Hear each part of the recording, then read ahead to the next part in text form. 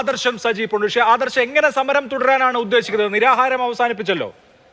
ശക്തമായി രാജ്യവ്യാപകമായി ഈ സമരം ഏറ്റെടുക്കുന്നതിന് വേണ്ടിയിട്ടാണ് SFI തീരുമാനിച്ചിട്ടുള്ളത്.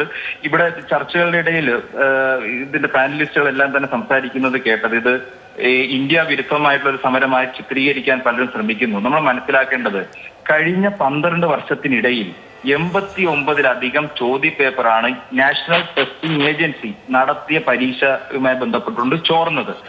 ഈ പരീക്ഷ നീറ്റ് പരീക്ഷ റദ്ദ് ചെയ്തതിനു ശേഷം ഇന്ത്യയിൽ 22 കുട്ടികളാണ് ആത്മഹത്യയിലേക്ക് ധർമ്മേന്ദ്ര പ്രധാനും നരേന്ദ്രമോദിയും തള്ളി നീക്കിയത്. 22 കുട്ടികൾ ഈ നീറ്റ് പരീക്ഷ എഴുതി നാളെ ഒരു ഡോക്ടർ ആകേണ്ട, നാളെ നാടിനാകമാനം തന്നെ സഹായമാകേണ്ട വിദ്യാർത്ഥികളെ മരണത്തിലേക്ക് തള്ളി നീക്കിയിട്ടാണ്.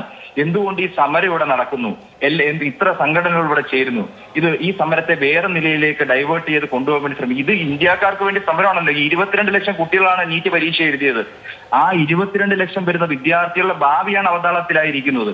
22 വിദ്യാർത്ഥികളാണ് ഈ ആത്മഹത്യയിലേക്ക് തള്ളി നീക്കിയത്. ഇത്രയെല്ലാം ചെയ്തിട്ടും ആ കസേരയിൽ ഇരുന്നു കൊണ്ട് ഒരു പ്രശ്നവും പറ്റിയിട്ടില്ല. ഈ സമരം നടത്തുന്നത് മറ്റേതെങ്കിലും അജണ്ടയോട് കൂടിയാണ്, അല്ലെങ്കിൽ മറ്റ് ഫണ്ടഡിന്റെ ഭാഗമായിട്ട് എന്ന് പറയുന്നത് മനുഷ്യത്വത്തിന്റെ ഒരു കണിക പോലും അവരുടെ മനസ്സിലില്ല എന്നുള്ളതാണ്. 22 കുട്ടികളുടെ ശവക്കല്ലറയ്ക്ക് മുകളിൽ കസേര ഇട്ടുകൊണ്ടാണ് ധർമ്മേന്ദ്ര പ്രധാൻ എന്ന് പറഞ്ഞ വിദ്യാഭ്യാസ മന്ത്രി ഇരിക്കുന്നത് എന്നുള്ളതാണ്. അതിനെതിരായിട്ടുള്ള ശക്തമായിട്ടുള്ള സമരം രാജ്യവ്യാപകമായി ഞങ്ങൾ ഉയർത്തിക്കൊണ്ട് വരും എന്നുള്ളതാണ് പറയാനുള്ളത്. ഓക്കെ, ഒരു ഇടവേളയ്ക്ക് ശേഷം ഞാൻ മടങ്ങി.